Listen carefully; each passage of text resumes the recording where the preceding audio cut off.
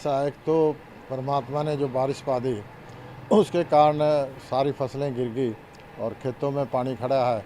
अभी उसमें कंबाइन नहीं चल रही। जब तक कंबाइन नहीं चलेगी, ज़मीन सूखेगी तभी कंबाइन चलेंगी।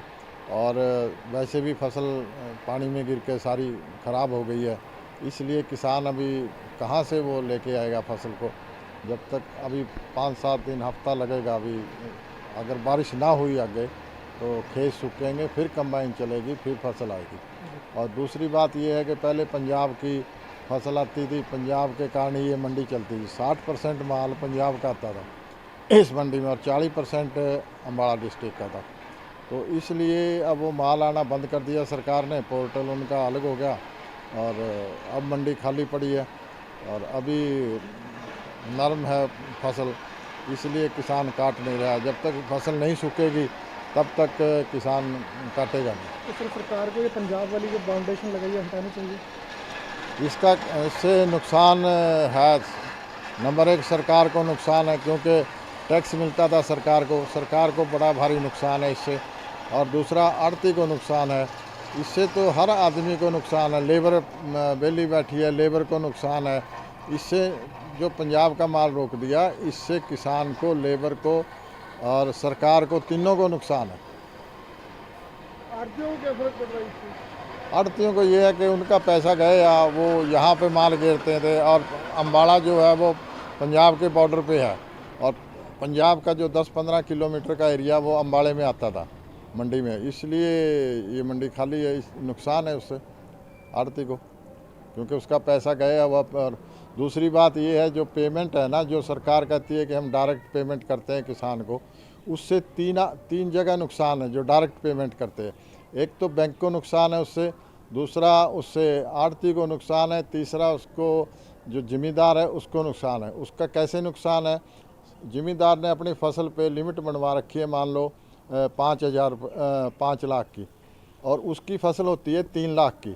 वो 3 लाख रुपए जब डायरेक्ट पेमेंट किसान को होगी तो उसके अकाउंट में चले जाएंगे, वो उसकी लिमिट में जमा हो जाएंगे। अब वो 2 लाख रुपए किसान कहाँ से ले आए, क्योंकि आड़ती के पास तो है नहीं वो पैसे। क्योंकि पहले तो आड़ती के पास कईयों की पेमेंट आ जाती थी, वो एक दूसरे को दे के वो काम कर लेते थे। अब बैंक का ब्याज और वो उसका लिमिट पूरी नहीं होती। दूसरा, किसान इसलिए दुखी है कि वो लिमिट उसकी चालू नहीं होती। तीसरा, आड़ती इसलिए दुखी है कि उसकी पेमेंट नहीं आ रही। ये तीनों इससे दुखी हैं। डायरेक्ट पेमेंट बहुत गलत चीज़ है। डायरेक्ट पेमेंट नहीं, इसमें ऑप्शन होनी चाहिए किसान की कि वो सीधी लेगा पेमेंट या आड़ती के थ्रू होगी। क्यों ऐसे है जी, जो सरकार की पॉलिसी हैं वो ठीक नहीं है। डिस्ट्रिक्ट लेवल की मंडी है अम्बाड़ा सिटी, ये पंजाब से ही कनेक्टेड है पिछले कोई 50-60 साल से। इसका जो है रेवेन्यू भी कम हो रहा है, सरकार को कुछ नहीं जा रहा। मंडी बिल्कुल खाली पड़ी है, ना यहाँ वीट आती है पंजाब की, ना पैडी आती है। अगर ये दोनों फसलें पंजाब की यहाँ आएंगी, near by district he allowed कर दें पोर्टल पे, तो जब भी ये मंडियाँ चल पाएंगी। नहीं तो इससे कोई 150-200 आड़ती बेकार हो गया, सारी लेबर बेकार होगी, सारे मुनीम जितना भी अमला है सारा खाली बैठा है। और सबसे ज़्यादा सरकार को रेवेन्यू का फर्क पड़ रहा है। सरकार को रेवेन्यू जब भी आएगा जबकि पंजाब की फसल पोर्टल पे चढ़ा के अम्बाला शहर की मंडी में लाई जाए। आजकल जैसे तोड़िएगा, सरसों का सीज़न है, ये मंडी भी पोर्टल पे नहीं है सेल के लिए।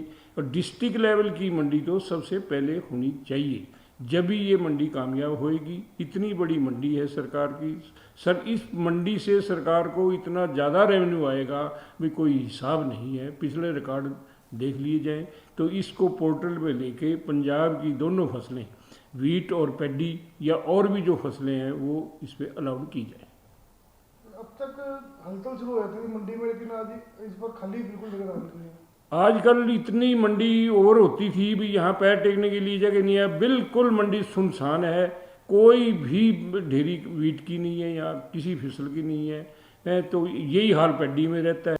मंडी, एक तो बारिश की वजह से फसलें लेट आ रही हैं, दूसरा सरकार ने जब से पंजाब की फसल आनी इधर बंद कर दी है तो इसलिए मंडियाँ सुननी पड़ी हैं, सुनसान है। तो क्या चाहते हैं?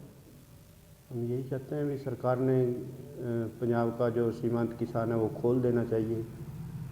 जिससे मंडियों में रौनक बढ़े, हरियाणा को उससे रेवेन्यू मिलता है, तो उसका बहुत बड़ा नुकसान है। आड़ती भी खाली बैठे हैं, बेरोजगारी होगी।